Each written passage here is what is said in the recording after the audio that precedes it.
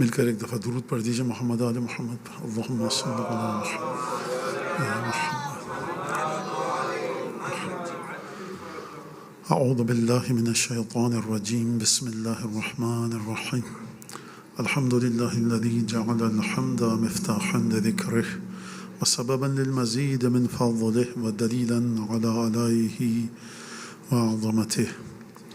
ثم الصلاة والسلام على عبده وامین وحیہ وخاتم رسولہ سیدنا ومولانا ابی القاسم محمد صلی اللہ علیہ وسلم وعلى أهل بيته الطيبين الطاهرين الذين أذهب الله عنهم الرجس وطهرهم تطهيرا.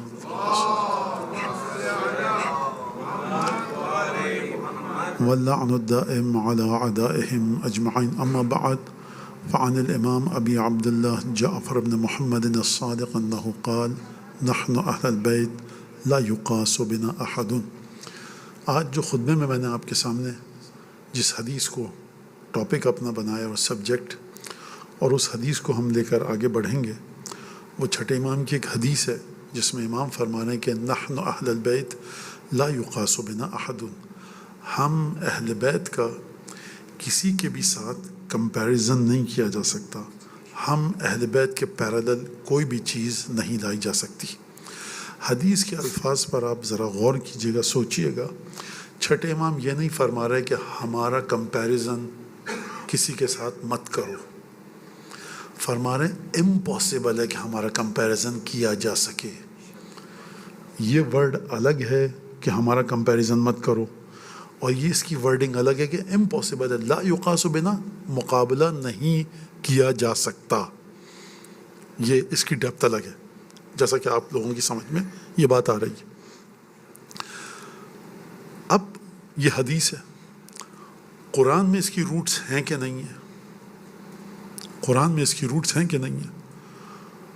دو مقام پر قرآن میں اس کی روٹس میں آپ کے سامنے اس وقت بتاؤں گا، ورنہ قرآن میں اس حدیث کی روٹس جگہ جگہ پر موجود ہیں، اسکیٹرڈ ہیں قرآن مجید میں اس حدیث کی روٹ.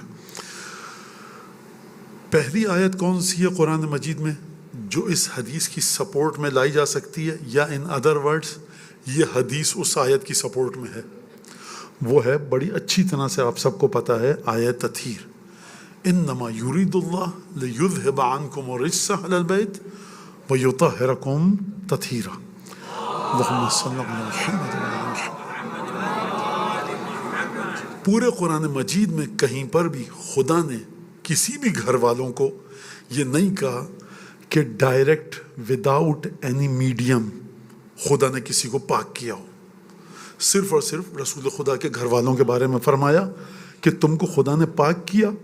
خوب توجہ کیجیے گا یہاں پر. ایک دفعہ آپ جب گفتگو کرتے ہیں کسی چیز کے بارے میں تو پازیٹیو اسپیکٹ کے بارے میں گفتگو کرتے ہیں، اور ایٹ دا سیم ٹائم اسی وقت آپ اس کے نیگیٹو اسپیکٹ کے بارے میں گفتگو کرتے ہیں. یعنی آپ کہتے ہیں کہ میں نے اس کمرے کو، اس ہال کو بالکل نیٹ اینڈ کلین کر دیا. بات سمجھ میں آ گئی؟ اس کا مطلب اب یہاں پہ کوئی گندگی نہیں ہے، کوئی ڈسٹ نہیں ہے. لیکن آپ کیا کہتے ہیں؟ میں نے اس کمرے میں بہترین، اس ہال میں، اس امام باڑے میں ویکیوم کلینر چلایا ہے. ایک ایک کونا، ایک ایک کارنر میں نے بالکل کلین، نیٹ اور کلین اور ٹائڈی کر دیا ہے. یہ کیا ہے؟ پازیٹیو اسپیکٹ، جو کام آپ نے کیا. پھر کہتے ہیں میں نے اس کو اتنا صاف کیا ہے کہ کہیں پر بھی ذرہ برابر گندگی نہیں ہے. بھائی آپ نے کہہ دیا نا کہ صاف کیا ہے، یہ کیوں کہہ رہے ہیں کہ آپ گندگی نہیں ہے؟ تو یہ کب آپ کہتے ہیں؟ امپورٹنس کو بتانا ہو. خدا یہ کہہ سکتا تھا کہ اہل بیت میں نے تم میں ہر طہارت ڈال دی. جب اہل بیت کا وجود، ایگزسٹنس، روح، سول، ہارٹ ان کا، اس میں ہر طہارت ڈل گئی تو کوئی جگہ نہیں بچی کہ نجاست آئے. ایک جگ ہے آپ کے پاس 1 لیٹر کا، آپ نے اس میں شربت ڈال دیا. آپ نے کہا مولانا میں نے اس میں پورا شربت بھر دیا ہے، ختم. سمجھ میں نہیں. آپ کہتے ہیں مولانا میں نے اس میں پورا شربت بھر دیا ہے، اب مت ڈالیے، کوئی چیز ڈالنے کی جگہ ہی نہیں رہی. یہ ہے پازیٹیو اور نیگیٹو اسپیکٹس ایک ساتھ، دونوں کے بارے میں آپ بات کرتے ہیں. تو خدا کیا فرما رہا ہے؟ میں نے اے اہل بیت یہ ارادہ کر لیا ہے. خدا فرما رہا ہے کہ تم کو ہر طہارت دے دے اور ہر نجاست کو تم سے دور کر دے. یہ ٹاپک اور سبجیکٹ کی امپورٹنس کو بتاتی ہے یہ آیت.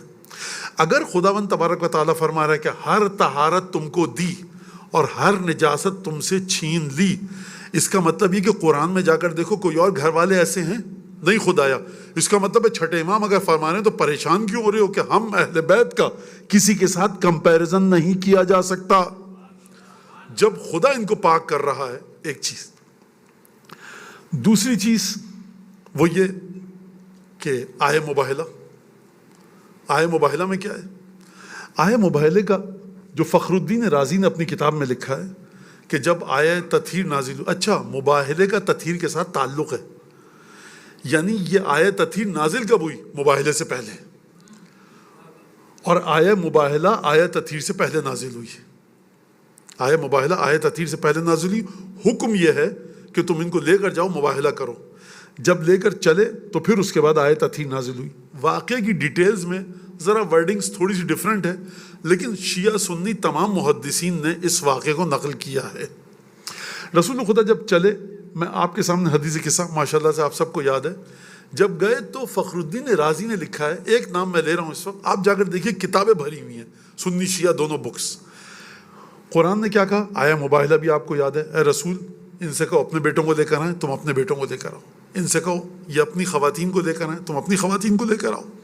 ان سے کہو یہ اپنی جانوں کو لے کر آئیں، اپنے سول کو، اپنی لائف کو، جان کو اپنی، تم اپنی جانوں کو لے کر جاؤ. رسول خدا آئے، ردا، کلوک، ابا منگوائی. خوب توجہ کیجیے گا جو ورڈز حدیث قصہ میں ہیں. آپ سنتے ہیں رسول خدا نے چادر کو ریپ کیا. چادر کے اندر کون ہے؟ رسول خدا، امیر المومنین جناب سیدہ امام حسن امام حسین.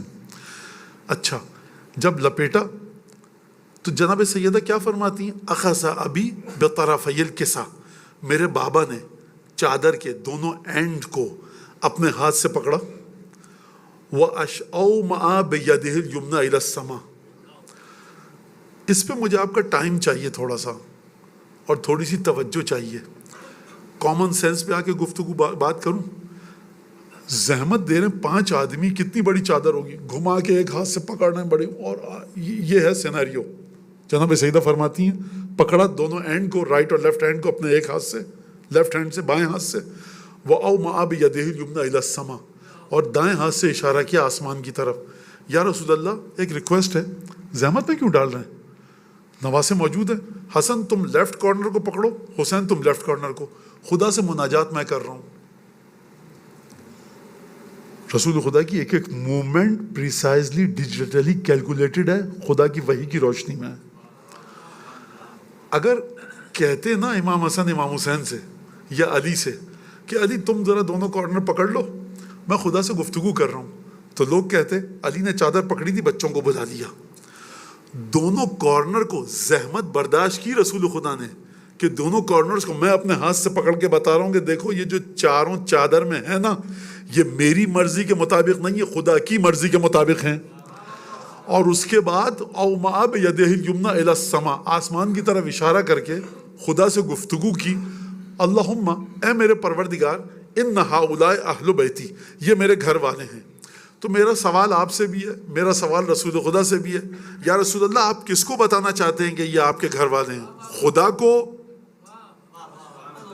کو تو پتہ ہے، حسن حسین سیدہ علی کو، ان کو بھی پتہ ہے، اپنے آپ کو آپ بھی جانتے ہیں.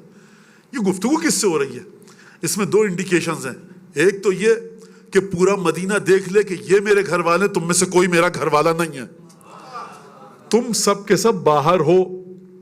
اور دوسری بات دیکھو، اہل بیت کے سلسلے میں نا میرا جو ڈیلنگ چل رہی ہے، معاملہ، وہ خدا کے ساتھ ہے، تمہارے ساتھ نہیں ہے. تم پر واجب ہے کہ ان کی اطاعت کرو. تو جن ہستیوں کو، زہرا و علی و حسن و حسین علیہ السلام کو خدا کے حکم سے رسول خدا اتنی زحمت کریں کہ دونوں کارنرز کو پکڑیں اور اپنے ہاتھ کو اشارہ کریں، تو مجھے یہ بتائیے اگر چھٹے امام آ کر فرمائیں ہمارا مقابلہ کسی سے نہیں کیا جا سکتا، اس میں پرابلم کیا ہے؟ آپ کے مولانا تو چھٹے امام کے بارے میں، چادر میں تو حسن حسین تھے. یہ قصہ بڑا لمبا چلا ہے، کنٹینیوشن. جو تاریخ کا، ہسٹری کا جو فلو ہے نا، اس میں بار بار یہ آیا، حتیٰ بعض دفعہ بنو عباس کی طرف سے یہ سرکولر ریلیز کیا جاتا تھا کہ جو فاطمہ کی اولاد کو ابن رسول خدا کہے گا اس کو سزا ہوگی. کیا پرابلم کیا ہے بھائی تم لوگوں کو؟ ایشو کیا ہے؟ ایشو یہ ہے کہ تخت پہ تو ہم بیٹھے ہیں, احترام ہے حسن حسین کی اولادوں کا, ہم چچا کے بھائی ہیں, ہم کزنز لگتے ہیں رسول خدا کے, ہم دنیا کے سامنے کہتے ہیں ہم کزنز ہیں, from the same blood line, same family tree, لیکن ہماری رسپیکٹ نہیں ہو رہی ہے.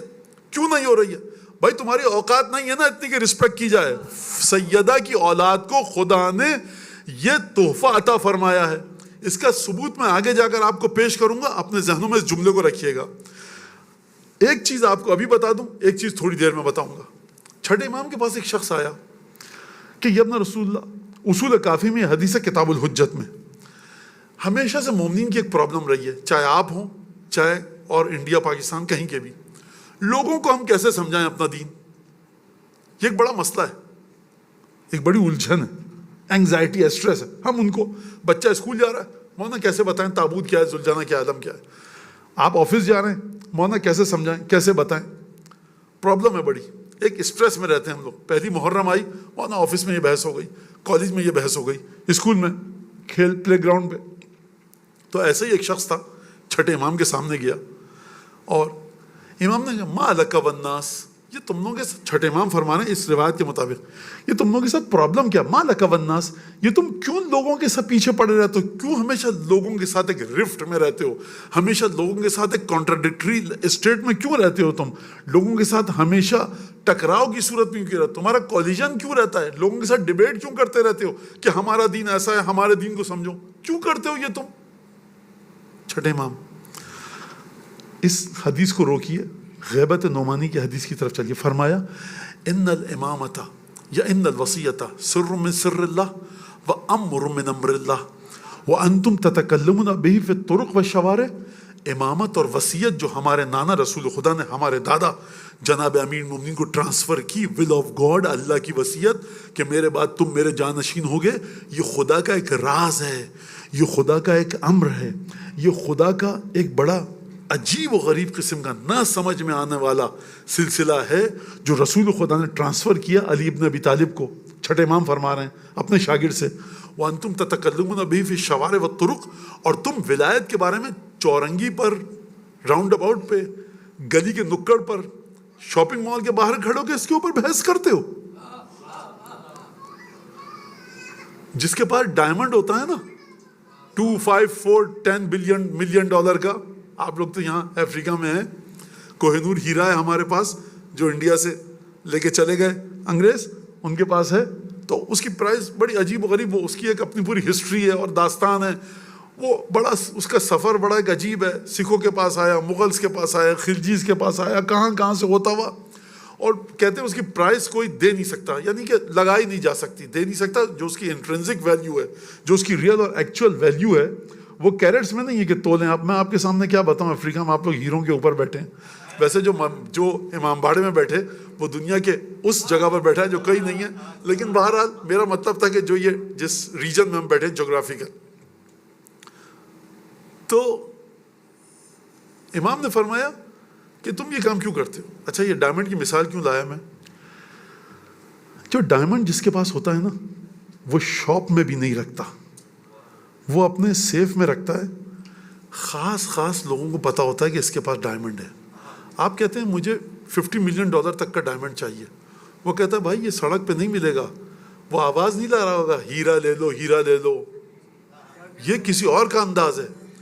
تم جاؤ اس شاپ پہ اور دیکھو شاپ والا دروازہ نہیں کھولے گا, پہلے سے تمہیں اپنا نمبر بتانا پڑے گا, ریفرنس کے ساتھ جانا پڑے گا, پھر اس کے بعد تم سے گفتگو کرے گا, تم ہو کون, کس فیملی سے ہو. مولانا صاحب ٹہلتے ہوئے چلے گا, ہیرا دکھاؤ, وہ وہاں کو اوپر سے دیکھا گا, سوری بھائی کوئی نام ہونا چاہیے لگا ہوا, کوئی پاسپورٹ ہو آپ کے پاس, ٹھیک ہے, میرون کلر کا, اس کے اوپر ایروز بنے ہوں آلف کی, وہ ہو, اس طرح کا لیول ہو, تو آپ کہاں سے اٹھ کے آ گئے, سوری بھائی نکال کے دکھا دو, وقت ہی نہیں ہے میرے پاس, اتنا لیول ہے آپ کا سمجھنے کا نہیں ہے, سوری نہیں دکھا سکتا. تو یہ مثال کیا دے رہا ہوں میں آپ کو, جتنی چیز پریشیس ہوگی, اور ایک دوسری ٹرم میں یوز کروں, جتنی زیادہ چیز کلاسیفائڈ ہوگی, ٹاپ سیکرٹ ہوگی, اس کو ہر ایک کے سامنے نہیں کھولا جا سکتا. امام فرمان ما لک والناس, یہ تم لوگوں کو کیوں زبردستی اپنا دین سکھاتے ہو؟ خوب توجہ کیجیے گا. امام نے فرمایا کہ یہ بتاؤ تمہیں کیا پتا ہے کہ تمہارے دل میں ہماری محبت کس نے ڈالی ہے؟ پھر امام نے خود فرمایا واللہ تمہارے دل میں ہماری محبت سوائے خدا کے کسی نے نہیں ڈالی, اور ہمارے دشمنوں کی محبت, تمہارے دشمنوں کے دلوں میں ہمارے دشمنوں کی محبت سوائے ابلیس کے کسی نے نہیں ڈالی. ما لک والناس, یہ کیا لوگ چیختے رہتے ہو تم؟ الناس اخذوا دینہم عن الناس واخذتم دینکم عن رسول اللہ. لوگوں نے اپنا دین لوگوں سے لیا ہے, تم نے اپنا دین رسول خدا سے لیا ہے. کہاں رسول خدا اور کہاں ایک کامن مین, لے مین جس کو کچھ نہیں بتاؤ. تو تم اپنے اوریجن کو دیکھو, پریشان کیوں؟ تمہارا اوریجن ڈیفرنٹ ہے, تم کبھی سیم پیج پر آ نہیں سکتے. خوب توجہ کیا آپ نے, سمجھے آپ اس بات کو؟ لہذا یہ بڑی عجیب بات ہے. تو اب یہاں پر میں دوبارہ اس حدیث کو پڑھوں, نحن اہل البیت لا یقاس بنا احد, ہم اہل بیت کا کسی کے ساتھ مقابلہ نہیں کیا جا سکتا. اب آپ کو جانا ہے اہل بیت کے پاس, ہر چیز کی ایکچوئل ویلیو. اچھا یہ بچے بیٹھے ہیں, ان کے لیے میں 2-4 جملے کہہ دوں یہاں تقریر کو روک کر. مولانا آپ کہتے ہیں اہل بیت اہل بیت اہل بیت, یہ نہج البلاغہ اصول کافی میں کووڈ-19 کا وائرس کا جو بھی میڈیسن تھی نہیں تھی. یہ بتائیے آپ, جو ناسا جو اتنا بڑا ادارہ ہے وہ چیزیں اپنی بنا رہا ہے, وہ نہج البلاغہ میں ہیں کیا؟ اصول کافی سے ملیں گی؟ بیٹا ہم نے یہ دعویٰ بھی نہیں کیا کہ اصول کافی سے ملیں گی. ہمارا کہنا یہ ہے کہ تم کو بیٹا اگر زندگی ایسی گزارنی ہے کہ جب قبر میں جاؤ تو تکلیف نہ ہو, تو اس وقت اہل بیت کے پاس ہے. مولانا دنیا کہاں گئی؟ دنیا بھی آپ کو اہل بیت نے زندگی گزارنے کا طریقہ بتایا ہے. مولانا بھی سائنس اور ٹیکنالوجی تو نہیں بتائی نا؟ نہیں بتائی. مولانا ڈرو مت, نہیں بتائی. اہل بیت کا چاہنے والا ہر بات سچائی کے ساتھ کرتا ہے, نہیں بتائی. دیکھو جب ہمارا امام ظاہر ہوگا نا, اس وقت جب کلیش آف کلچر ہوگا, اس وقت جب سائنس کی بات آئے گی, ٹیکنالوجی کی بات آئے گی, تب ہم یہ کہہ سکیں گے جو 12ویں امام کے ماننے والے ہیں, اب جو پوچھو گے جواب موجود ہے. اس وقت ہم اس پوزیشن میں نہیں ہیں کہ دنیا کے ہر سوال کا جواب دیں. ہاں ہم محبت اہل بیت کی بنیاد پر اپنی قبر اور قیامت کی کریکشن, اصلاح, بیٹرمنٹ, انہانسمنٹ کر سکتے ہیں. اپنی زندگی کو اہل بیت کی تعلیمات کے مطابق گزار سکتے ہیں کہ جو ہماری سوسائٹی کو بہترین سوسائٹی بنا سکتی ہے. لیکن اگر آپ بچے مجھ سے پوچھیں گے مولانا each and every aspect of life, mathematics کے جو 11, 12, 15 مسئلے جو رائل سوسائٹی آف انگلینڈ نے پیش کیے کہ جو ان کو سالو کر لے گا اتنے $1 بلین کا انعام ملے گا, وہ نہج البلاغہ میں ہے. وہ آپ کا مرج تقلید سالو کر سکتا ہے, میرا مرج تقلید نہیں کر سکتا, لیکن جو میرے مرج تقلید کے اوپر امام ہے نا وہ سالو کر سکتا ہے. پرابلم کیا ہے؟ پرابلم یہ ہے حضور کہ میں آپ کے سامنے اپنے امام کو نہیں لا سکتا جس کے سامنے آپ جا کر ہر چیز کو پوچھیں. صرف ایک چھوٹا سا جملہ کہوں گا اور بات کو آگے بڑھاؤں گا. امیر مومنین بیٹھے ہوئے ہیں فرات کے سامنے, ایک صلوات بھیجیے مولا کی بارگاہ.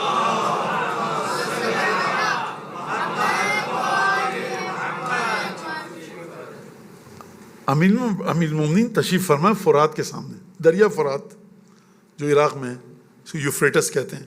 اب بچے بیٹھے ہیں, ان کے لیے یہ میں کہوں, عصا, لاٹھی, واکنگ اسٹک جو ہوتی ہے مولا کے ہاتھ میں. مولا نے لاٹھی اپنی اسٹک اٹھائی, فرات پہ ماری, کچھ نہیں ہوا. میں معجزہ نہیں پڑھ رہا, کوئی کچھ نہیں ہوا, نتھنگ ہیپنڈ. اور یہ فرمایا اگر میں چاہوں تو اس پانی کے ذریعے شہر کو رات کو روشن کر دوں.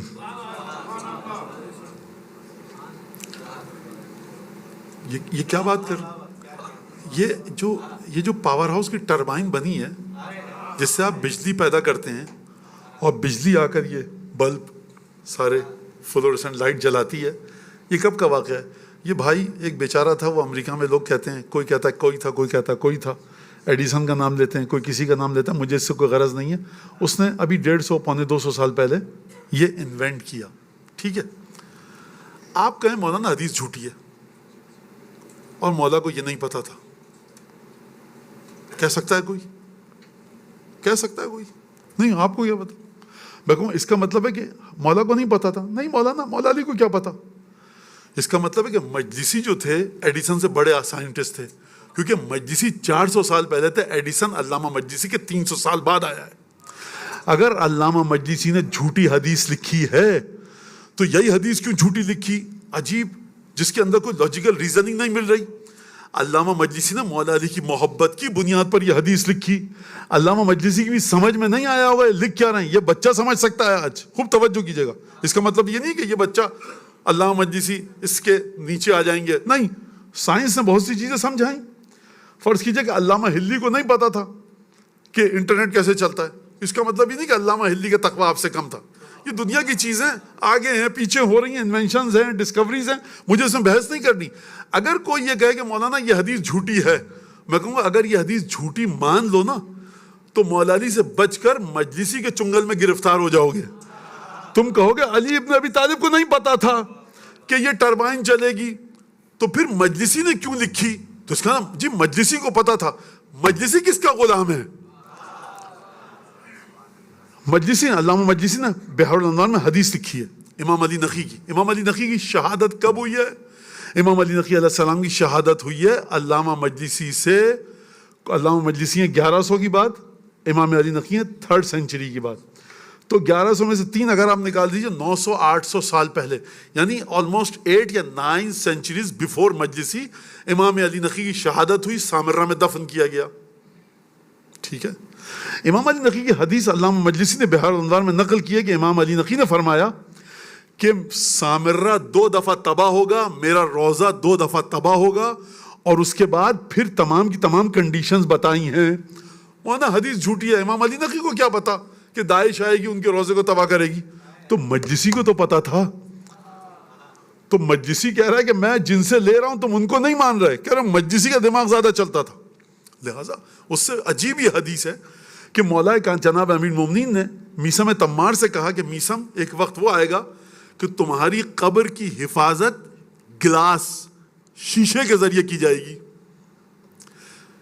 میثم کی سمجھ میں نہیں آیا کہ میری قبر کی حفاظت اگر کی جائے گی تو لوہے کے ذریعے ہونی چاہیے, آئرن کے ذریعے, ووڈن ڈور بنے, یہ شیشے کے ذریعے کیسے ہوگی؟ میں نہیں کہہ رہا میثم کی سمجھ میں آیا کہ نہیں آیا, میں کہہ رہا ہوں عجیب سا جملہ نہیں ہے. 1400 سال پہلے 2 عرب بیٹھے ہیں, ایک مکے میں پیدا ہوا, کوفے میں بیٹھا ہے, میثم تمار کوفے میں, یہ 2 عرب ہیں عراق میں بیٹھے ہیں. میثم تمہاری قبر کی حفاظت شیشے کے ذریعے کی جائے گی. اب میثم کو بتایا کہ نہیں بتایا مجھے نہیں پتا, لیکن آپ کو اگر آج میں بتاؤں تو آپ کے لیے سوال ہے کہ کسی بھی چیز کی حفاظت شیشے کے ذریعے نہیں کی جا سکتی.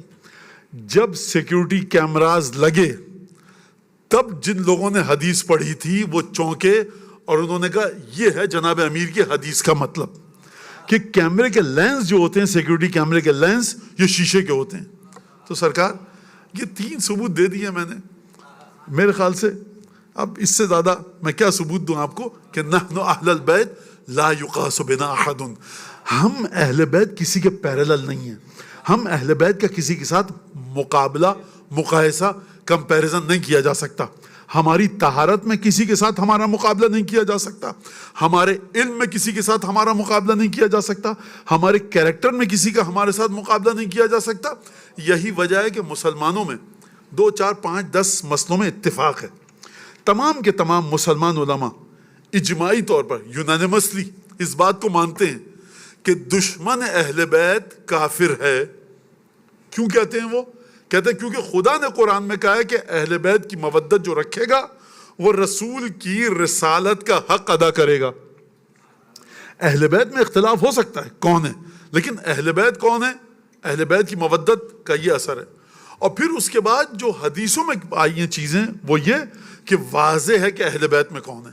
ام سلمہ نے چاہا کہ داخل ہو جائیں, انٹر ہو جائیں چادر کے اندر ابا میں, رسول خدا نے فرمایا انک علی الخیر ولکنک لست منہم, تم بھلائی پر ہو لیکن ان میں سے نہیں ہو. اور اگر اب بھی کسی کے ذہن میں یہ بات ایمبیگوس ہو, مبہم ہو, نہیں سمجھ میں آ رہی ہو کہ رسول خدا کے اہل بیت کون ہیں, تو آیا مباہلہ کو جا کر دیکھے, اگر کوئی اور بھی اہل بیت میں ہوتا علی, فاطمہ, حسن, حسین کے علاوہ, تو رسول اس کو لے کر جاتے. لہٰذا یہ بڑی ایک عجیب حدیث ہے. اور امام موسیٰ کاظم علیہ السلام کے زمانے میں جب ہارون آیا حج کے لیے بغداد سے, روضہ رسول کے سامنے کھڑا ہوا, کہا بلا کر لے کر آؤ ابو الحسن کو, یعنی امام موسیٰ کاظم کو. رسول خدا کی زری کے سامنے کھڑا ہوا, اب آپ کو ایٹریبیوشن ثابت کرنا ہے رسول خدا سے. کہا کہ السلام علیک یا ابن عم یا رسول اللہ, اے ہمارے کزن, چچا زاد بھائی, آپ پر سلام ہو. لوگوں نے کہا واہ, خلیفہ کا, ہارون کا چچا زاد بھائی ہیں رسول خدا. بچے نوجوان جو کھڑے تھے امپریس ہوئے. ایک دفعہ امام موسیٰ کاظم نے سلام کیا, السلام علیک یا جدہ یا ابتا یا رسول اللہ, سلام آپ پر اے ہمارے والد یا رسول اللہ. اب یہ جملہ امام کا کہاں تک گیا مجھے نہیں پتا, خلیفہ کے دل پر تیر کی طرح گھسا جا کر. کہا کہ تمہارا تم تو لڑکی کی اولاد ہو, تم ان کی نسل سے کوئی تعلق نہیں ہے تمہارا, یہ تم نے کیسے کہہ دیا. ساتویں امام نے فرمایا اگر رسول خدا اس وقت آ جائیں اور تجھ سے تیری لڑکی کا رشتہ مانگیں تو دے گا؟ کہا کہ عزت ہے میرے لیے. کہا کہ ہم سے نہیں مانگ سکتے کیونکہ ہماری بیٹیاں رسول کی بیٹیاں ہیں. تو یہ بڑا ایک عجیب مسئلہ تھا. حسن اور حسین علیہ السلام کی جو ایگزسٹنس ہے, جو پریزنس ہے مباہلے کے میدان میں, خدا فرما رہا ہے دونوں تمہارے بیٹے ہیں. اگر قرآن نے کہہ دیا کہ حسن حسین رسول خدا کے بیٹے ہیں تو پھر امت کو اس میں کوئی بحث کرنے کی جگہ باقی نہیں رہتی. اب یہ بات یہاں تک آ گئی, ٹھیک ہے, سمجھ میں تو کیا آپ سب کو پتا ہے. اب ہم یہاں پر بات کریں گے, ایک کمپیریزن اور میں کروں گا. ایک خطبہ دیا نانا نے, ہمارے ائمہ کے نانا کون؟ رسول خدا, جد رسول خدا نے. کہاں دیا؟ غدیر کے میدان میں. میری یہ ریکویسٹ ہے, بڑی ہمبل ریکویسٹ, بہت ہاتھوں کو جوڑ کر, کہ اس خطبے کا آپ مطالعہ کیجئے.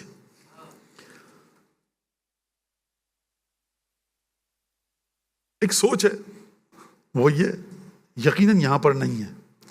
دیکھیے, ہم کو نماز, روزہ, حج, عمرہ, کریکٹر بلڈنگ, سیلف پیوریفیکیشن, اس کے بارے میں گفتگو ممبر سے ہونی چاہیے. اچھا, میں آرام سے اس لیے بول رہا ہوں کہ بچے ہیں, مجھے وہ فالو کر سکیں, اس وجہ سے میں آرام سے بول رہا ہوں, ورنہ میری اسپیڈ یہ نہیں ہے اور مجھے تھوڑی سی مشکل بھی ہو رہی ہے. لیکن آپ تک بات پہنچ جائے مجھے بڑی خوشی ہوگی. حرام واجب پہ بات ہونی چاہیے, فقہ پر بات ہونی چاہیے. لیکن میں کیا کروں, یہ حدیث میرے سامنے آتی ہے, وَمَا نُودِيَ بِشَيْءٍ كَمَا نُودِيَ بِالْوِلَایَةِ. اسلام میں کسی چیز پر اس طرح سے ایمفیسائز نہیں کیا گیا, رسول خدا فرما رہے ہیں کہ ارج نہیں کیا گیا, کوئی چیز اس طرح سے ایک وائٹل اور کروشل رول ادا نہیں کرتی جس طرح سے ولایت اہل بیت کا لیول ہے, کسی عبادت کا لیول نہیں ہے. لہذا خطبہ کون سا؟ خطبہ غدیر. خطبہ غدیر رسول خدا نے خطبہ دیا. آپ کو ڈیٹیلز پتہ ہیں لیکن مجھے تھوڑا سا بتانے دیجئے. رسول خدا کی ایک نیچر ہے, رسول خدا کی کچھ ایتھیکل ویلیوز ہیں, مورل ویلیوز ہیں, ایک مزاج ہے, ایک طبیعت ہے. وہ کیا ہے؟ کسی کو تکلیف نہیں ڈال سکتے. مسجد میں نماز پڑھا رہے ہیں, بچے کے رونے کی آواز آئی, جلدی نماز اپنی اسپیڈ میں رسول خدا نے نماز ختم کی. اصحاب نے کہا یا رسول اللہ, نماز آپ نے بڑی جلدی پڑھا دی. بڑا ایک بچوں کے لیے کہہ رہا ہوں, یو آر ان اے ہری. ہم نے آپ کو دیکھا کہ بڑی جلدی سے آپ نے you have just finish your نماز. تو کیا ہوا؟ رسول خدا نے کہا کہ مجھے ایک بچے کے رونے کی آواز آئی تو میں یہ سمجھ گیا کہ ماں اس کی مسجد میں ہے, تو میں نے کہا جلدی نماز پڑھاؤں تاکہ یہ بچہ اپنی ماں سے مل لے.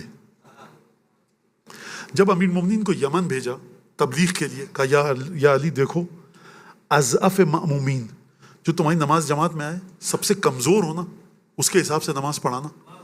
میرا جملہ ہے, ایسا نہ ہو پہلی رکعت میں الحمد کے بعد سورہ بقرہ پڑھ دینا.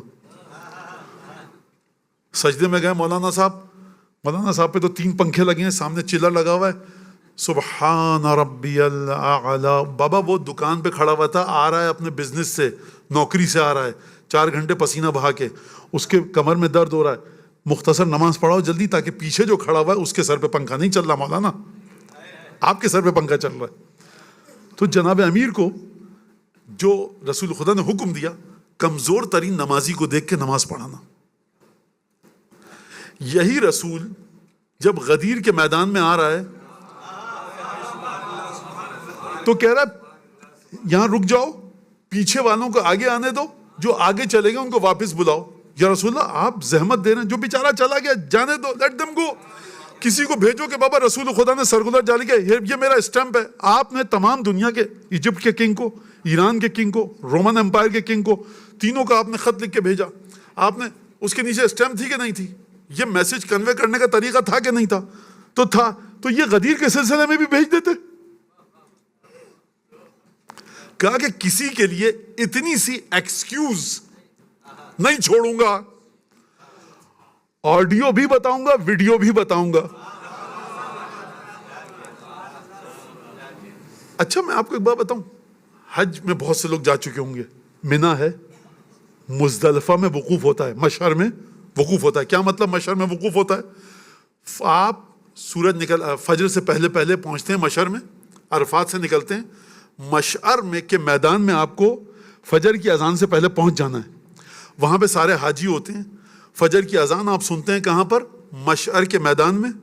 سنی, مشعر میں آپ نے نماز پڑھی, اور جیسے ہی آپ انتظار کرتے ہیں نماز فجر پڑھنے کے بعد سن رائز کا, طلوع خورشید کا, جیسے ہی سورج نکلا آپ چل پڑتے ہیں کہاں؟ منا کی طرف. تو مشعر میں بھی سارے مسلمان موجود تھے نا, یہیں پر سنا دیتے. یہ آگے اچھا ایسی جگہ کو چوز کیا جہاں منافقوں کے سر بھی جلے, دل بھی جلے. کوئی وہاں پہ درخت نہیں ہے. یا رسول اللہ کوئی اچھی جگہ کو چن لیتے آپ, یہاں لوگ رکیں گے, سب اپنا شیو کر کے آئے حج سے, تو بڑا مسئلہ, ڈائریکٹ سن لائٹ, اسکارچنگ بیمز اس کی. کہا کہ نہیں پیچھے لاؤ واپس. ہوا کیا ہے؟ یا رسول اللہ شتر کے پالان کا ممبر بنایا گیا, اور اس کے بعد رسول خدا نے خطبہ دیا.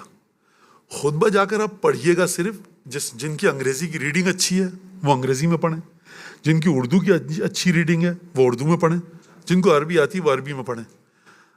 لمبا چوڑا خطبہ ہے, چھوٹا خطبہ نہیں ہے. یا رسول اللہ نماز کے بارے میں تو آپ یہ کہہ رہے ہیں, اور خطبہ دے رہے ہیں آپ دھوپ کے نیچے کھڑا کر کے. رسول خدا جواب دیں گے یہ علی کی ولایت کا اعلان ہے جو نماز کی بنیاد ہے. 11 مختلف ڈفرینٹ ویز میں, 11 مختلف ڈفرینٹ سینٹینسز نہیں کہہ رہا, فریزز نہیں کہہ رہا, ورڈز نہیں کہہ رہا, 11 پیراگرافز ہیں جس میں رسول خدا نے خدا کی توحید کو ڈفرینٹ ویز میں بتایا ہے. پھر اس کے بعد اپنا خدا سے ریلیشن شپ بتایا ہے.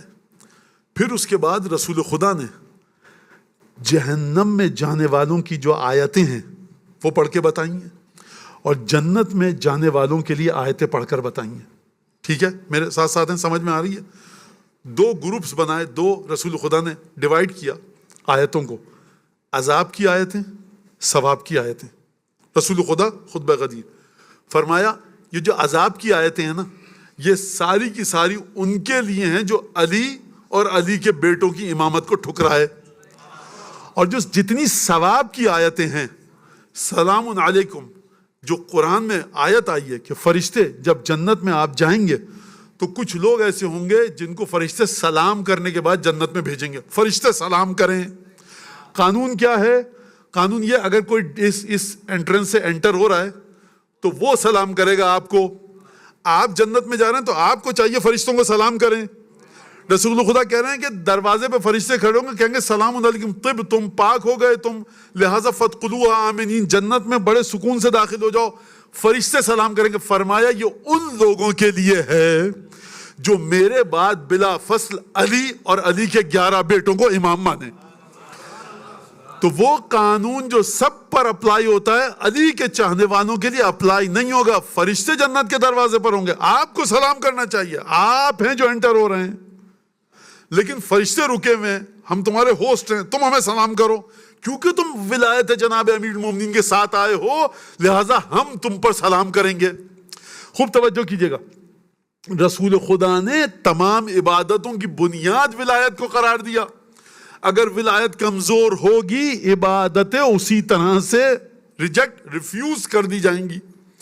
لہٰذا رسول خدا نے خطبہ دیا, اور اس کے بعد ایک اور چیز جملہ کہا تم لوگ گھروں میں جا کر, یہ خطبہ غدیر کا ایک چھوٹا سا سینٹنس آپ کے سامنے پیش کر رہا ہوں. فرمایا تم لوگ میرے سامنے آتے تھے, گھروں میں جا کر تم میرا مذاق اڑاتے تھے. خدا نے مجھے اطلاع دی کہ کون کون میرا مذاق اڑاتا ہے, کون منافق ہے اور کون میرے بارے میں کانسپریسیز کرتا ہے. میں لفظ استعمال کر لوں کہ جو غدیر کے میدان میں بھی ہوا, نعوذ باللہ خاکم بدہن, میمکری کرنا رسول خدا کی, یہ لوگ کرتے تھے یہ کام. اور جب غدیر کی آیت اتری ہے تو میدان غدیر میں یہ جملہ کہا گیا کہ اب دیکھنا پھر اس پر دیوانگی کا دورہ طاری ہوگا اور اپنے بھائی کے بارے میں کچھ کہے گا. رسول خدا نے فرمایا تم لوگ میرا مذاق اڑاتے تھے, کیوں؟ خوب جملہ سنیے گا, لکثرت ملازمتہ ایایا و اقبالی علیہ. تم لوگ میرا مذاق کیوں اڑاتے تھے؟ اس وجہ سے کہ علی ابن ابی طالب 24/7 میرے ساتھ جڑا رہتا تھا, مجھ سے الگ نہیں ہوتا تھا. وہ اقبالی علیہ, اور میری پوری توجہ اگر تھی کسی پر تو وہ علی پر تھی. اب اگر آج دنیا آپ کا مذاق اڑاتی ہے کہ آپ کی توجہ علی ابن ابی طالب پر ہے تو پریشان مت ہوئیے, آپ کے رسول کا بھی مذاق اڑایا جاتا تھا.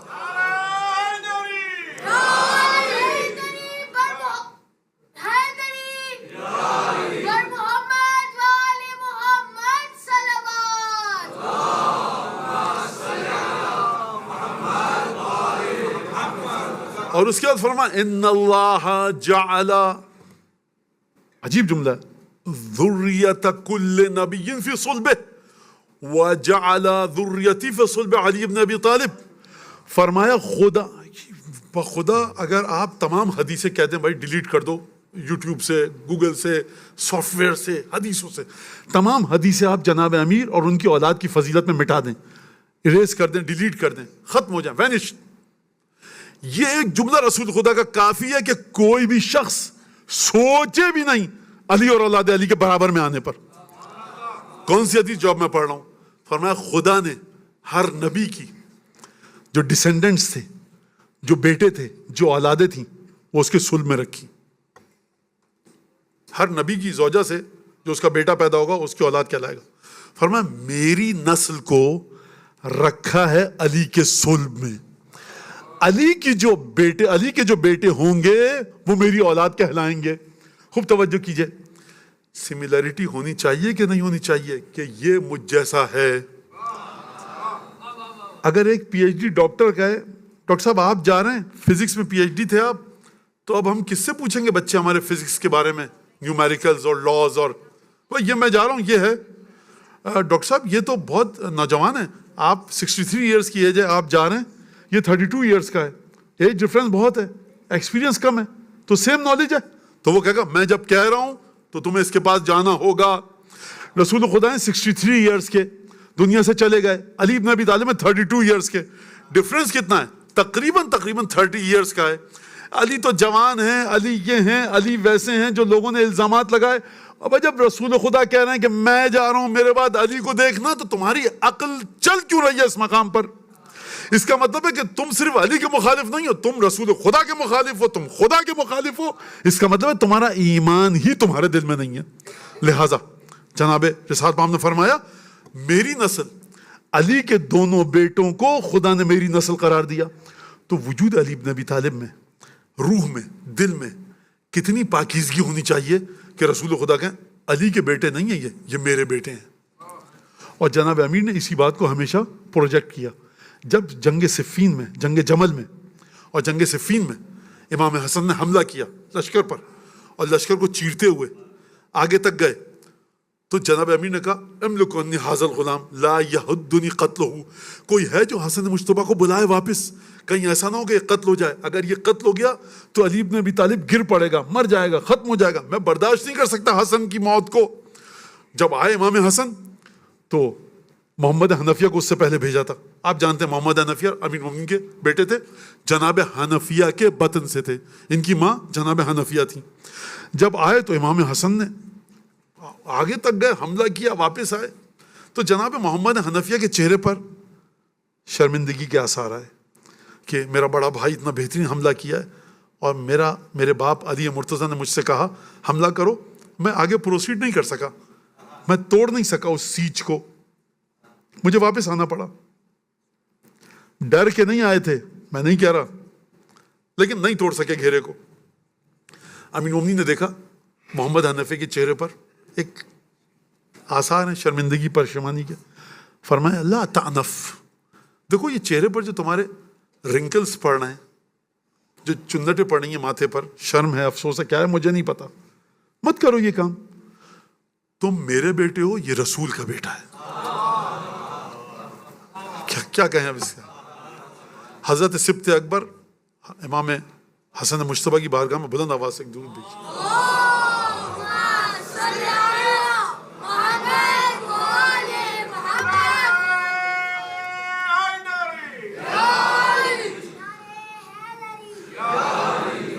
یہ خطبہ دیا رسول خدا نے۔ دیکھیے میں دو چیزوں کے اوریجن کو جوڑنے کی کوشش کر رہا ہوں کہ کربلا کا میسج کیا ہے، غدیر کا میسج کیا ہے، علی ابن ابی طالب، غدیر کا میسج ہے علی علی علی اور علی،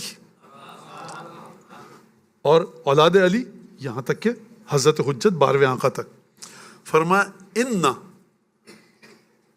نور اللہ فی مسلوک وبعد فی علی وبعد علی فی اولادہ، فرمایا خدا کا نور میرے وجود میں دوڑ رہا ہے، جیسے کرنٹ ہوتا ہے نا، آپ کہتے ہیں کرنٹ اس وائر میں رن کر رہا ہے، current is running through out the wire, through the wire کہتے ہیں نا، کرنٹ دوڑ رہا ہے۔ رسول خدا فرما رہے ہیں میرے وجود میں خدا کا نور دوڑ رہا ہے، اور میرے بعد علی میں ہے، اور علی کے بعد کس میں ہے؟ علی کی ان بیٹوں میں جو ہیں علی کی نسل سے لیکن میرے بیٹے ہیں، یہ فرمایا۔ تو نور خدا آپ کو کہاں چاہیے؟ چاہیے امیر المومنین کے وجود میں، اور امیر المومنین کے 11 بیٹے۔ تو یہ تمام کی تمام آیتیں جو عذاب والوں کی ہیں وہ کس کے لیے ہیں؟ امیر المومنین کے دشمنوں کے لیے۔ خطبہ غدیر میں نہیں کہہ رہا، خطبہ غدیر فرما رہا ہے یہ کہ جو علی کے دشمن ہیں ان کے لیے جہنم کی آیتیں ہیں، اور جو علی بن ابی طالب سے محبت کرتے ہیں اور 11 اولادوں سے، ان کے لیے وہ تمام آیتیں جو جنت میں جانے والوں کے لیے، جن کی توبہ قبول ہوگی، جن کے اعمال قبول ہوں گے، جو جہنم سے بچائے جائیں گے، جو امن و امان، سیف اور سیکیور رہیں گے۔ کب؟ قیامت کے دن۔ یہ دو آپ نے چیزیں سمجھ لی۔ اس کا مطلب ہے کہ اگر چھٹے امام فرمائیں نحن اہل البیت لا یقاس بنا احد، ہم اہل بیت کا کسی کے ساتھ کمپیریزن کیا ہی نہیں جا سکتا، تو اس حدیث کی جڑیں قرآن میں بھی ہیں، خطبہ غدیر میں بھی ہیں۔ دوسری حدیث انی تارک فیکم الثقلین کتاب اللہ و عترتی اہل بیت، دو چیزیں چھوڑ کر جا رہا ہوں، ایک قرآن، دوسرے اہل بیت۔ قرآن کے ساتھ ساتھ ہیں اہل بیت کو کیا کہتے ہیں ہم جب زیارت پڑھتے ہیں امام زمانہ کی؟ السلام علیکہ یا شریک القرآن۔ کائنات میں قرآن کے ساتھ سوائے 12 5 14 کے کسی کو شریک نہیں کیا جا سکتا۔ کیوں نہیں کیا جا سکتا؟ کیونکہ نہ قرآن میں کوئی چیز غلط ہے، نہ قرآن میں کوئی غلط چیز انٹر کی جا سکتی ہے، نہ قرآن کی کریکشن کرتے ہوئے کوئی چیز قرآن سے ایکسکلوڈ کی جا سکتی ہے۔ یہی حال جناب سیدہ کے شوہر کا ہے، یہی حال جناب سیدہ کے 11 بیٹوں کا ہے۔ نہ ان میں کسی چیز کو آپ ایڈ کر سکتے ہیں کہ ہم یہ کریں گے تو چھٹے امام کی ویلیو ایڈ ہو جائے گی، نہ چھٹے امام کے وجود میں کسی کریکشن کی گنجائش ہے کہ ہم اس کو ایکسکلوڈ کر لیں۔ یہ شریک قرآن ہے۔ تو اگر امام صادق فرمائے ہم اہل بیت کا کسی کے ساتھ مقابلہ نہیں کیا جا سکتا تو کون سا غلط کا؟ لہٰذا خطبہ غدیر کا میسج کیا ہے؟ اشہد ان علی و اولادہ المعصومین حجج اللہ، اشہد ان امیر المؤمنین علی ابن ابی طالب، امیر المؤمنین کون ہے؟ خلیفتہ بلا فصل، بغیر فصل کے خلیفہ ہیں، کس کے؟ رسول خدا کے۔ یہاں تک آپ پہنچ گئے۔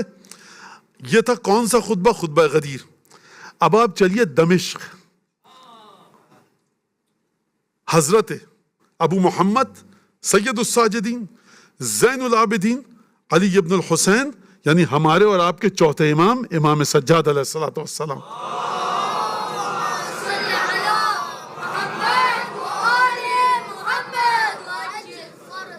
اب میں اس سے پہلے کہ خطبہ آپ کے سامنے پیش کروں امام سجاد کا جو دمشق کے دربار میں کہا، میں 2-4 منٹ آپ کے لوں گا. آپ تھوڑی سی توجہ کیجیے گا اس بات پر.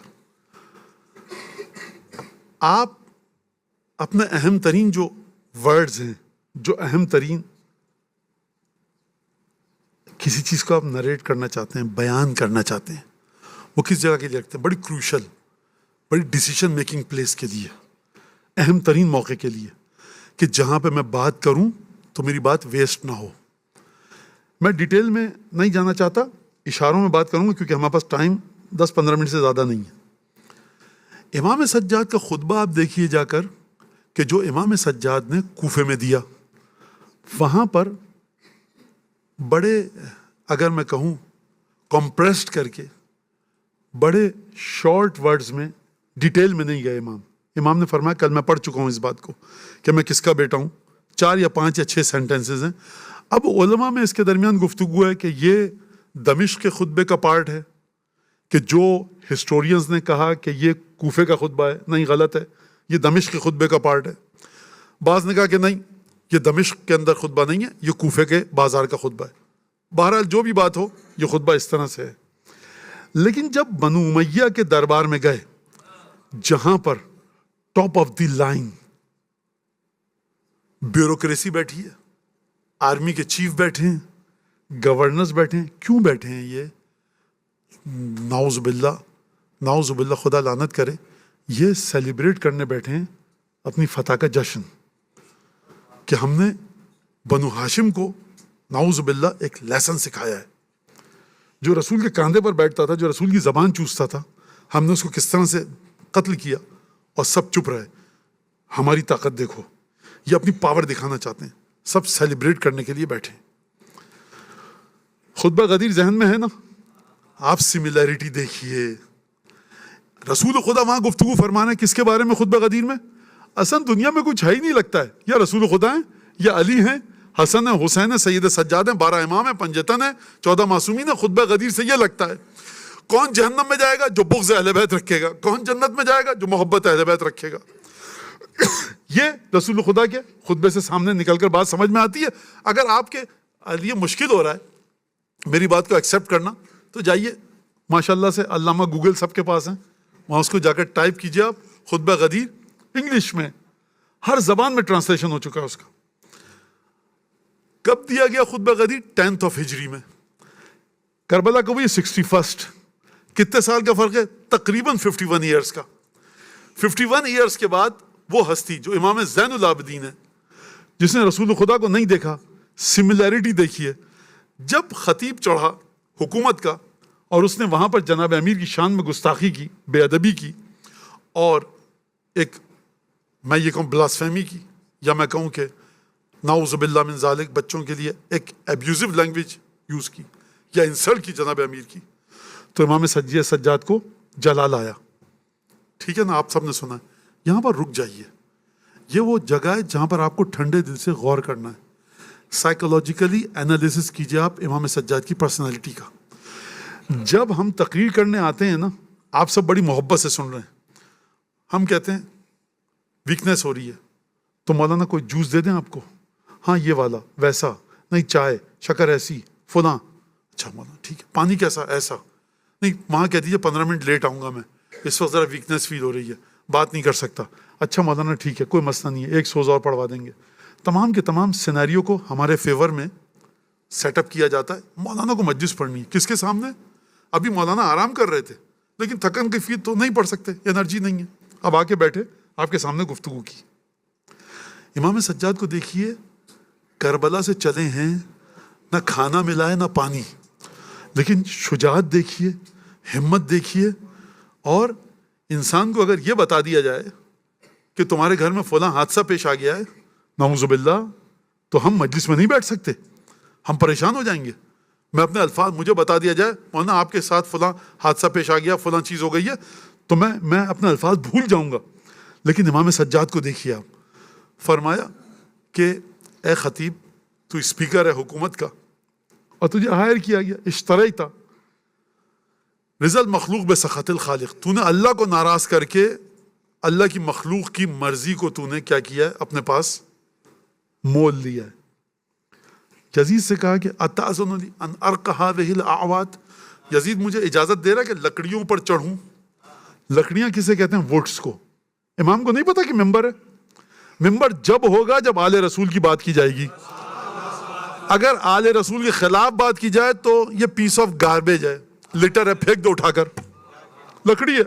مولانا آپ ممبر، ہم نہ ممبر کو دیکھتے ہیں، نہ امام باڑے کو دیکھتے ہیں، نہ کسی، ہم دیکھتے ہیں محبت اہل بیت کو۔ اس فرش کی اگر اہمیت ہے تو اس وجہ سے کہ یہاں پر ذکر علی ابن ابی طالب ہوتا ہے، یہاں پر یا حسین کہا جاتا ہے، یہاں پر رسول خدا کے بچوں کے لیے عزاداری ہوتی ہے۔ اس فرش کی اگر حیثیت ہے تو یہ ہے۔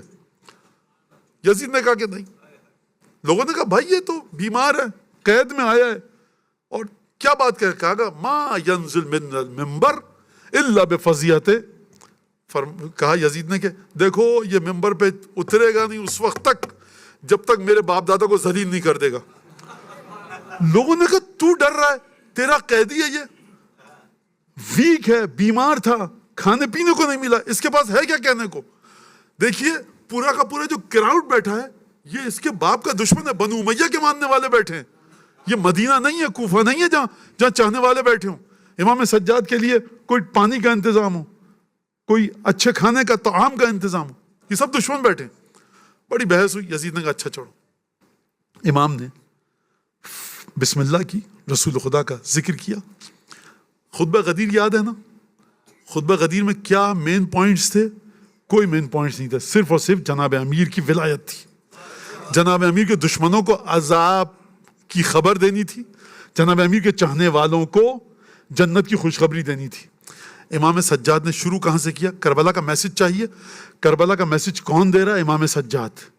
امام نے یہ نہیں بتایا کہ میرے بابا نے کیوں شہادت کو انتخاب کیا، میرے بابا کو کیوں مارا گیا۔ امام سجاد شہادت حسین ابن علی کے بارے میں گفتگو نہیں کر رہے، یہ گفتگو کوفے کے بازار میں کر چکے۔ یہاں پر یزید بیٹھا ہے، top of the line bureaucrats بیٹھے ہیں، آرمی کے آفیسرز بیٹھے ہیں، تمام کے تمام نائٹس بیٹھے ہیں، تمام کے تمام ہائی آفیشلز بیٹھے ہیں بنو امیہ کے۔ اب یہ امام کا خطبہ سرمن رہتی دنیا تک قائم رہنا ہے، کربلا کو دیکھنا ہے تو امام سجاد کے خطبے کی اینک لگا کر دیکھیے کہ امام سجاد کن امور پر، کن ٹاپکس پر گفتگو کر رہے ہیں۔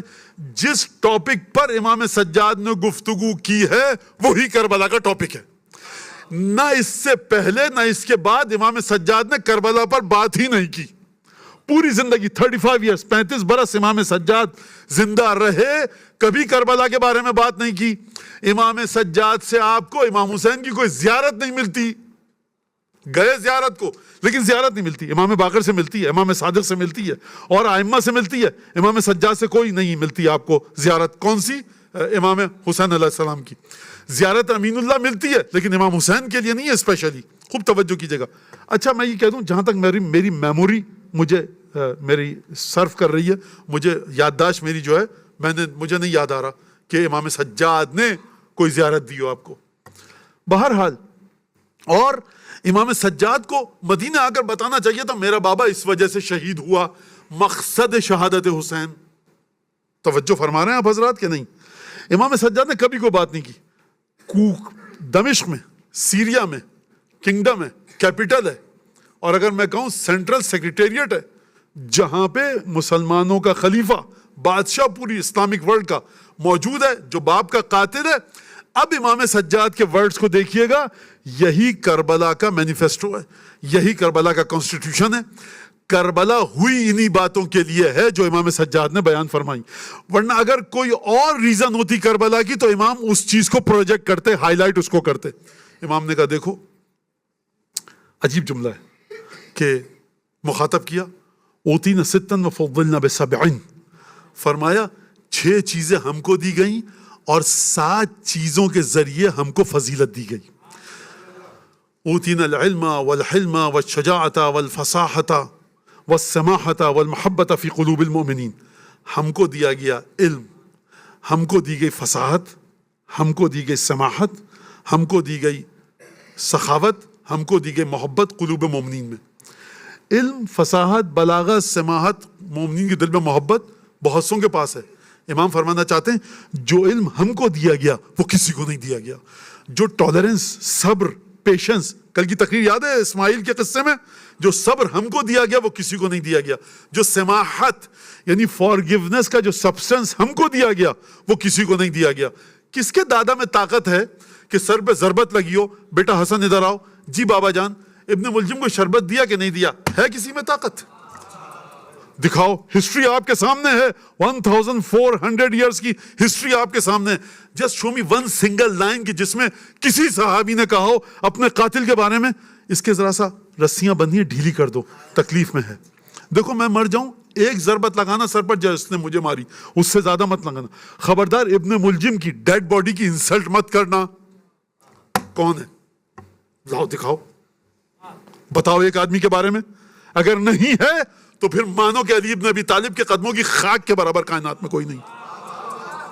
لہذا فرمائے اوتینا العلم والعلم، اوتینا العلم والحلم والشجاعت والسماحت والفصاحت والمحبت فی قلوب المؤمنین، ہم کو جو علم دیا گیا کسی کو نہیں دیا گیا، ہم کو جو گفتگو کرنے کا طریقہ دیا گیا وہ کسی کو نہیں دیا گیا۔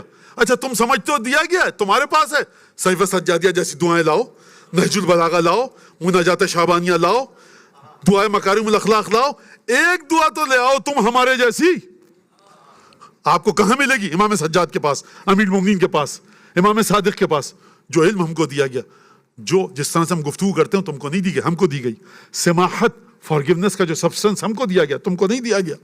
اور عجیب بات، والمحبت فی قلوب المؤمنین، صاحبان ایمان کے دلوں میں محبت جو ہماری ہے کائنات میں کسی کی نہیں ہے۔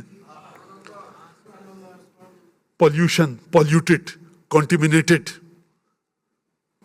نجف سے کربلا کا راستہ، دھول اڑ رہی ہے، آپ بڑے پیور جگہ پر کمفرٹ زون سے نکل کے دھول اڑ رہی ہے۔ یہ گلاس دھلا ہے کہ نہیں دھلا؟ وہاں سونا، یہی موقع ہے اتنی بڑی، 2000 آدمی سو رہے ہیں، آپ کو 1 فٹ چوڑی 6 فٹ لمبی جگہ ملتی ہے، آپ کو اپنے آپ کو فکس کرنا پڑتا ہے اس میں برابر میں کون سو رہا ہے کیا ہے، ہائیجین نہیں ہے سب۔ بابا یہ جو محبت کہتی ہے سب جائے بہاڑ میں، میں جاؤں گا کربلا۔ یہ گلاس کس نے پیا تھا مجھ سے پہلے؟ یہ دھویا ہے آپ نے اس کو ڈٹرجنٹ سے، اس کو ڈس انفیکٹ کیا؟ نہ بابا، کربلا کا سفر ہے، پیو یا علی۔ والمحبت فی قلوب المؤمنین، آپ کہہ رہے ہیں نہیں حسین ابن علی کا کوئی کیریکٹر نہیں تھا ایسا، ٹھیک ہے نہیں تھا بھائی، مان لیا تھوڑی دیر کے، let us suppose for the sake of the argument مان لیا میں نے، تو آپ کے پاس پیسے ہیں، آپ کہیے کہ ہم مہینے کے $100 دیں گے جو فلاں کی قبر کی زیارت کو جائے گا۔ ہم تمام تکلیفوں کے باوجود کربلا اور نجف میں یہ مومنین جا رہے ہیں۔ آپ، عجیب مسئلہ ہے، آپ وہ جو 3 کلومیٹر کا راستہ ہے مزدلفہ سے منی تک کا، اس میں آپ ویسی موقف لگا لیجئے جیسی وہاں لگتی ہے۔ ہم نے تو منع نہیں کیا بھائی، ہم لوگ مشرک، ہم کافر، ٹھیک ہے جہنمی، غلط کام کرتے ہیں، تو ہم نے تو نہیں منع کیا کھانا کھلائیے آپ پاؤں دبائیے جا کر طواف کرنے والوں کے، ہم نے منع کیا؟ صحیح کر رہے ہوتے ہیں، آخری پورشن ہے حج کا، پیروں میں تکلیف ہوتی ہے، لوگ دبا رہے ہوتے ہیں، کوئی نہیں ملتا۔ بابا یہ محبت فی قلوب المؤمنین یہ الگ چیز ہے جو اہل بیت کے پاس آئی ہے۔ اور پھر فرمایا یہ 6 چیزیں ہم کو دیں، وَفَضَّلْنَا بِسَبْعٍ، اور 7 چیزیں ایسی ہیں ہمارے خاندان میں جس کے ذریعے ہم کو فضیلت دی گئی ہے۔ فرماؤ مِنَّ النَّبِيُّ الْمُخْتَارُ، نبی ہمارے گھر سے ہے، وَمِنَّ الصِّدِّيقُ، جس نے سب سے پہلے نبی کی تصدیق کی، میرا دادا علی ابن ابی طالب وہ ہم میں سے ہے، وَمِنَّ اسد اللہ و اسد رسول، اللہ اور اس کے رسول کا شیر حمزہ ہمارا چچا ہے، وَمِنَّ الطَّيَّارُ، وہ ہستی کہ جو جنت میں جہاں چاہے جا سکتی ہے اڑتے ہوئے، اسے پر اور ونگز عطا کیے گئے، وہ میرا چچا ہے جعفر طیار، وَمِنَّ صِبْطَ هَذِهِ الْأُمَّةِ، اور جو 2 نواسے اس امت کے وہ ہم میں ہیں۔ تو میں سے کس کے پاس ہے یہ؟ اور پھر فرمایا عجیب جملہ، ایھا الناس من عرفنی فقد عرفنی ومن لم یعرفنی فانا اعرفہ بنفسی، دیکھو لوگوں تم میں سے جو مجھے جانتا ہے وہ جانتا ہے، اور جو نہیں جانتا تو میں اس سے بتاتا ہوں کہ میں کون ہوں۔ انا ابن مکہ و منی، انا ابن زمزم و صفا، اے لوگوں میں مکے اور منی کا بیٹا ہوں، میں زمزم اور صفا کا بیٹا ہوں. انا ابن من حمل الرکن باطراف الردا، انا ابن من عرج به الى السماء، انا ابن من عرج به الى السماء، انا ابن من اسری من المسجد الحرام الى المسجد الاقصى وسبحان من اسرا. فرما انا ابن خیر من لبا وسعا، انا ابن خیر من اعتمر وحج، انا ابن خیر من تعالی واحتفا. دیکھو میں اس کا بیٹا ہوں جو ننگے پیر چلے تب بھی تم سب میں افضل، چپل پہن کے چلے تب بھی تم میں افضل. میں اس کا بیٹا ہوں جو کاندھے پر ردا ڈالے تب بھی تم میں سب سے افضل. میں اس کا بیٹا ہوں اگر اس کے کاندھے پر سے ردا گر جائے تب بھی تم میں سب سے افضل. اگر تم عمرے پر کرنے عمرہ جاؤ تو اس کا بیٹا ہوں کہ جس کا عمرہ سب سے افضل، جس کا حج سب سے افضل. میں اس کا بیٹا ہوں کہ جس نے اپنی چادر کو پکڑ کر حجر اسود کو نصب کیا. میں اس کا بیٹا ہوں. میرا وقت ختم ہو گیا، یہیں تک رکھیے. صرف ایک جملہ بتاؤں گا. فرمایا انا ابن مکہ و منا، انا ابن زمزم و صفا. میں مکے کا بیٹا ہوں، میں مینا کا بیٹا ہوں، میں زمزم کا بیٹا ہوں، میں صفا کا بیٹا ہوں. یہ چاروں جو لوکیشنز ہیں یہ آپ سب کو پتہ ہیں. اگر جناب امام سجاد کا میں علی بن ابی طالب کا بیٹا ہوں، میں فاطمہ زہرا کا بیٹا ہوں، میں حسین کا بیٹا ہوں، میں جناب شہربانوں کا بیٹا ہوں، تو بات سمجھ میں آتی ہے. حسن مجتبیٰ کا بیٹا ہوں، میرے چچا تھے، تایا تھے، بات سمجھ میں آتی ہے. یہ کیا مطلب کہ میں مکے کا بیٹا ہوں، میں زمزم کا بیٹا ہوں، میں صفا کا بیٹا ہوں، میں مروہ کا بیٹا ہوں؟ اس کا مطلب کیا ہے؟ اگزامپل اور مصاحب کی طرف آ رہا ہوں. ہم میں سے بہت سے لوگوں کا تعلق پاکستان سے، بہت کا تعلق ہے انڈیا سے، اور بہت سارے لوگ یہاں پر تنزانین ہو چکے ہیں. جب ایک لڑکی یا لڑکا جاتا ہے ہمارے شہر سے اور وہ میڈل جیت کے لاتی ہے گیمز میں اور ریکارڈ توڑتا ہے وہ لڑکا یا لڑکی، ایتھلیٹ، اسپورٹس مین، 200 سال کا، تو آپ کیا کہتے ہیں؟ ہندوستان میں کہتا ہے بھارت دیش کی بیٹی ہے. یہ تو اپنے ماں باپ کی بیٹی ہے. مسلم ہو، سکھ ہو، ہندو ہو، ایتھیسٹ ہو، کہتے ہیں بھارت کے دیش کا بیٹا ہے. پاکستان میں کہا جاتا ہے ہمارے دیش کا بیٹا ہے، پاکستان کا بیٹا ہے. بھائی یہ پاکستان کا بیٹا کیسے ہو گیا؟ یہ اپنے ماں باپ کا بیٹا ہے. نہیں مولانا، خوب توجہ کیجیے گا. اس اسپورٹس وومن یا اس اسپورٹس مین کی وجہ سے بھارت یا پاکستان کی عزت کو 4 چاند لگے. اس لیے ہم کہہ رہے ہیں ہمارا بیٹا ہے. امام فرما رہے ہیں دیکھو اگر اہل بیت نہ ہونا تو نہ مکے کی کوئی آبرو ہے، نہ مینا کی کوئی آبرو ہے، نہ زمزم کی کوئی آبرو ہے، قرآن کی کوئی حیثیت نہیں ہے اگر ہم تفسیر نہ کریں. انا ابن مکہ و منا، انا ابن زمزم و صفا، انا ابن من حمل الرکن باطراف الردا. دین جو تم کو ملا ہے ہم سے ملا ہے.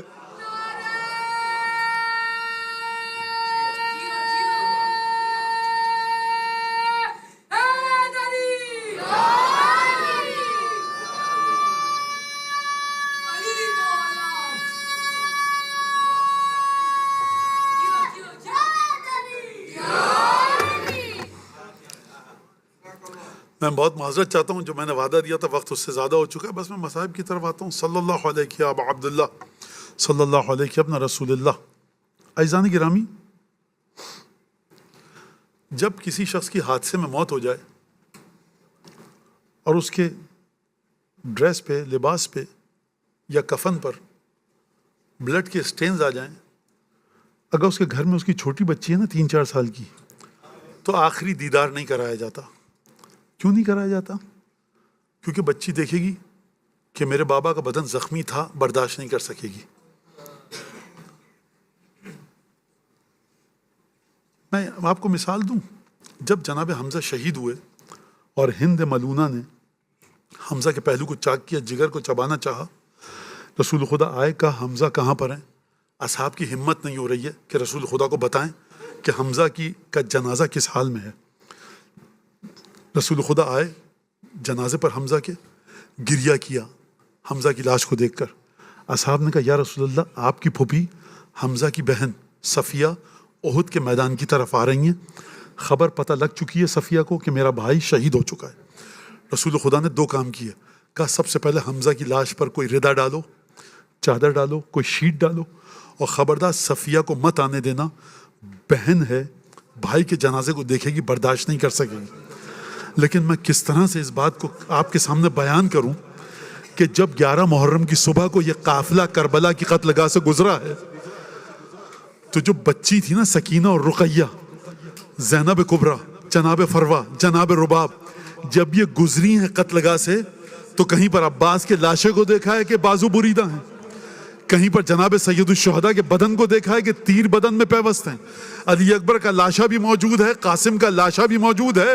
میں کہوں گا یا رسول اللہ ایک حمزہ کے لاشے کو آپ نے دیکھنے نہیں دیا صفیہ کو، ذرا کربلا کے میدان میں اٹھ کر آئیے، آپ کی نواسی زینب کبریٰ جا رہی ہے، ایک جنازہ نہیں ہے، 18 بھائیوں بیٹوں اور بھانجوں کے جنازے ہیں جناب زینب کے سامنے۔ اور میں کہوں گا جناب زینب کے دل کو صبر اگر آ بھی جائے تو اس مقام پر سکینہ اور رقیہ موجود ہیں جو 4 برس کی ہیں۔ ایک دفعہ امام باقر نے امام سجاد سے واقعہ کربلا کے بعد پوچھا، بابا ذرا مجھے آپ یہ بتائیے کہ جب قافلہ ہمارا شام کی طرف گیا تو ہوا کیا؟ امام سجاد نے بتایا کہ دیکھو سب سے آگے میرے بابا کا سر تھا، اس کے بعد میرے بھائیوں اور چچاؤں کا سر تھا، اور اس کے بعد ہم اہل حرم تھے، اور کلما دمعت عین احد منا طعن رؤوسنا بالرماح۔ اور بیٹا محمد باقر ہماری آنکھوں میں سے جب بھی ایک آنسو کا قطرہ گرتا تھا تو یہ ظالم بجائے تعزیت پیش کرنے کے ہمارے سروں میں اپنے نیزے چبوتے تھے۔ میں یہ کہوں گا دستور یہ ہے کہ جب کسی کے گھر میں کسی کا انتقال ہو جائے، اس کی آنکھوں سے آنسو نکلیں تو اس کو گلے سے لگایا جاتا ہے، لیکن کیا نصیب ہے اولاد رسول کا کہ جب آنکھوں سے آنسو نکل رہے ہیں، سروں میں نیزے چبوئے جا رہے ہیں، اذیتیں دی جا رہی ہیں۔ الا لعنت اللہ علی القوم الظالمین وسيعلم الذين ظلموا أي منقلب ينقلبون اللهم بحق محمد وآل محمد عليك صل على محمد وآل محمد وعجل فرجهم وأهلك عدوهم من الجن والإنس من الأولين والآخرين واكفنا ما همنا وارزقنا العافية ووسع رزقنا وطول أعمارنا مع الصحة والسلامة في الجسم والروح ربنا تقبل منا إنك أنت السميع العليم وتب علينا إنك أنت التواب الرحيم بجاه محمد وأهل بيت الطيبين۔ پالنے والے ہماری اس قلیل عبادت کو ہم سب کی طرف سے، اس امام باڑے کی کمیٹی کی طرف سے جنہوں نے اس فرش اعضا کو بچھایا ہے، جو والنٹیئر ہیں، ہمارے بچے بچیاں، جو بھی جس طرح سے بھی خدمت یہاں پر انجام دے رہا ہے، ان سب کی طرف سے، جو اس امام باڑے کو بنائے جنہوں نے دنیا سے چلے گئے، ان سب کی طرف سے امام زمانہ کی بارگاہ میں شرف قبولیت سے مزین فرما، امام کے دل سے ہر دکھ کو دور فرما اور خوشی عطا فرما۔ جو مومن مومنہ دنیا میں جہاں بھی ہے، یہاں پر اگر موجود ہے، تنگ دست، نادار، قرض دار، پریشان حال، بے اولاد، بے روزگار، اس کی مشکلات کو دور فرما۔ اس امام باڑے کی جو مینیجنگ کمیٹی ہے پروردگار اس کی توفیقات میں اضافہ فرما۔ مجھ سے آپ سے جن لوگوں نے دعا کی ریکویسٹ کی ہے کسی بھی حوالے سے، پروردگار تجھے قسم دیتے ہیں سید الشہداء کی، ان کی دعاؤں کو قبول فرما، ان کے توفیقات میں اضافہ فرما، ہم سب کو امام کے انصار و اعوان میں شامل فرما۔ پروردگار وہ تمام تحفے ہم کو عطا فرما جو محبین جناب امیر، محبین اور عزادارین سید الشہداء کے لیے تو نے عالم غیب میں مقرر فرمائے۔ صحت و سلامتی کے ساتھ پروردگار ہم کو عزاداری کی توفیق عطا فرما۔ جو لوگ زیارت پہ جا چکے ہیں، جانے والے ہیں، صحت و سلامتی کے ساتھ زیارت کر کے پروردگار اپنے وطن کی جانب لوٹ سکیں۔ پروردگار ہماری دعاؤں کو قبول فرما۔ بن نبی و آلہ بلند آواز سے درود بھیجیے محمد